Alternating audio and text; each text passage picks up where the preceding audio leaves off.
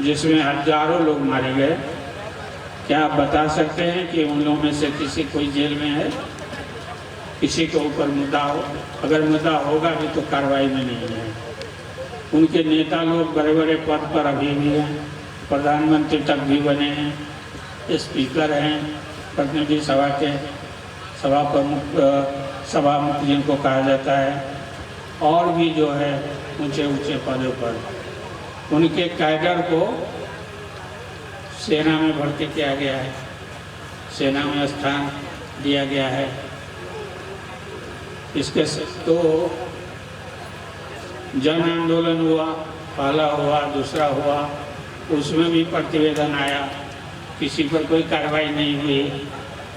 तो फिर मधेश आंदोलन जो कि शांतिपूर्ण था, उनके नेताओं कार्यकर्ताओं पर क्यों कार्रवाई?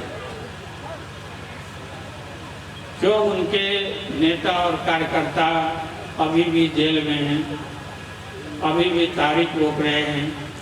हमारा सांसद जो है, थारू सांसद रेशम चौधरी अभी भी जो है जेल में है। उसी तरह से महोत्तरी के आपको पूर्व राज्य मंत्री अभिराम शर्मा, उसके बाद जो है वहाँ के मेयर शाही जी, वहाँ के केंद्रीय नेता सुरेश पांडे जी और अन्य बहुत लोगों पर जो है मुद्दा तारीख ढो रहे हैं वो लोग। तो क्यों इन लोगों पर मुद्दा है? इन लोगों ने तो हथियार नहीं उठाया था। हथियार जो उठाए थे, हजारों आदमी को जो मारे हैं, जिन पर मारने का आरोप है, तो वो तो सभी आरोप से मुक्ति पा रहे हैं। कोई प्रधानमंत्री बने, कोई अन्य पदों पर है, लेकिन हमारे लोग, मधेश के लोग ही जो है, क्यों जो है, क्या कारण है, कौन सा अपराध? चाहे वो टीकापुर की घटना हो, चाहे वो जलेसर की घटना हो, अनुसंधान की जो है, जो कार्रवाई की गई है, बदले की भावना से की गई है। शांतिपूर्ण धरना में बैठे हुए लोगों पर जो है गोली चलाई गई है। हम नहीं लगाते हैं तो शांतिपूर्ण बैठे रहते हैं। आपके यहाँ उसी तरह धरना पर बैठे हुए लोगों पर जो है गोली चलाई, जिसमें आपको शहीद शत्रुघ्न पटेल भी थे। इतना ही नहीं, उस दिन जो है बहुत बड़ी संख्या में लोग जो है अंग भंग हुआ है, घायते हुए हैं। उन लोगों को भी कोई राहत नहीं। माओवादी युद्ध में जो घायते हुए, उन लोगों को जो है जिनका अंग भंग हुआ, घायते हुआ, तो राहत स्वरूप प्रत्येक महीना में जो है आपको महीनवारी दी जाती है, उनको भरण पोषण करने के लिए। लेकिन हमारे मधेश आंदोलन में जो घायल हुए, जो काम करने की अवस्था में नहीं है, घूम फिर भी नहीं सकते हैं, उनको कोई राहत नहीं है। उस समय, जिस समय ये लोग घायल हुए थे, तो अस्पताल में बिना फीस लिए, प्रवेश फीस लिए इलाज नहीं होता था, इलाज नहीं करते थे। जबकि इससे पहले के आंदोलन में अगर कोई घायल हुआ है तो पुलिस खुद जो है उसको एम्बुलेंस बुला के अस्पताल तक। सदस्य जी, निश्चित रूप में यहाँ के स्थानीय जनप्रतिनिधि गाँवपालिका के भ्रष्टाचार में लिप्त लोग जनता से चाहे वैसा ही हमने के लोजपा के नेता रामानंद पटेल जी के आसन ग्रहण कर दे खातिर हार्दिक अनुरोध करे के चाहे। सभी नेपाली के लिए कानून बनाओ ना। अरे सभी नेपालियों का चेहरा उन संविधान में दिखाई दे, ऐसा संविधान बनाओ ना। यही तो कहने गया शत्रुघ्न पटेल। अरे सैकड़ों हमारे भाई शहीद हो गए, क्या कहने गया? हम नेपाली है और हमारे लिए भी संविधान बनाओ। इस देश में एक दो संविधान नहीं बना। इस देश में 7वां संविधान है, इससे पहले 6 संविधान बना। बार बार संविधान बनता है, बार बार संविधान बनता है, लेकिन वो संविधान सभी नेपाली के लिए नहीं बनता। इस देश की सबसे बड़ी समस्या यही है। इस देश में एक ही समस्या, वो समस्या है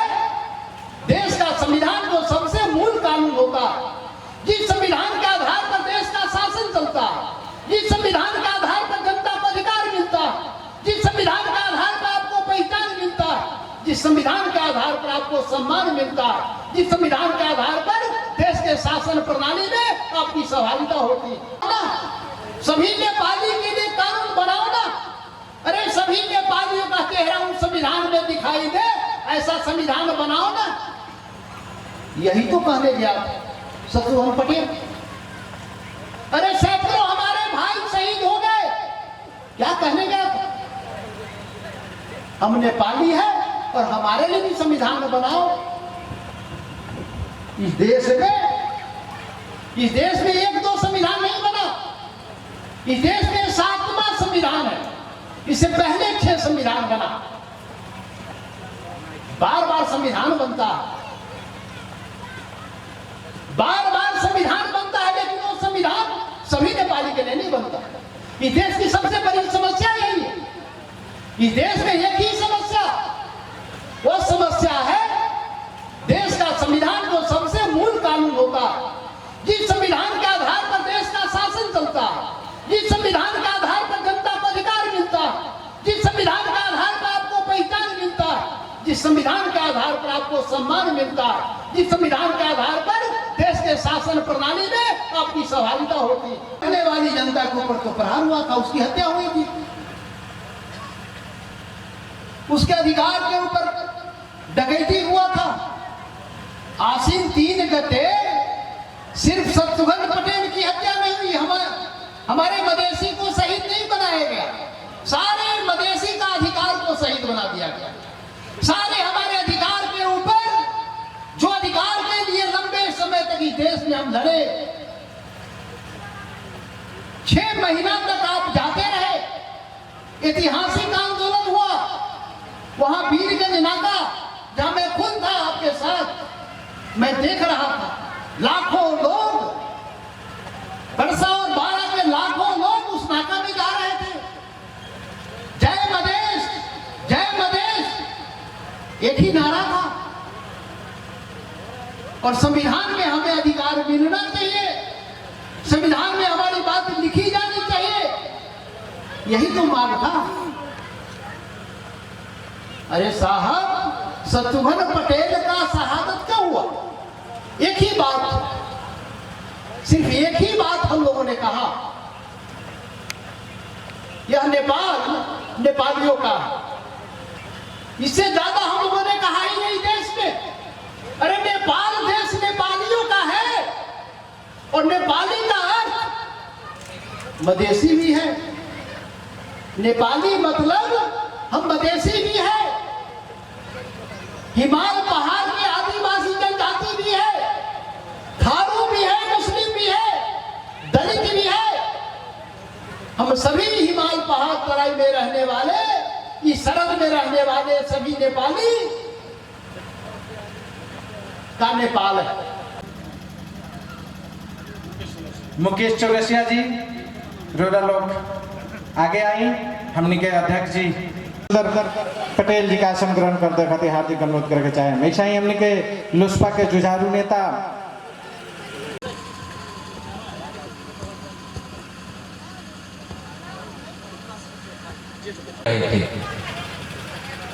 हमारे नेता लोग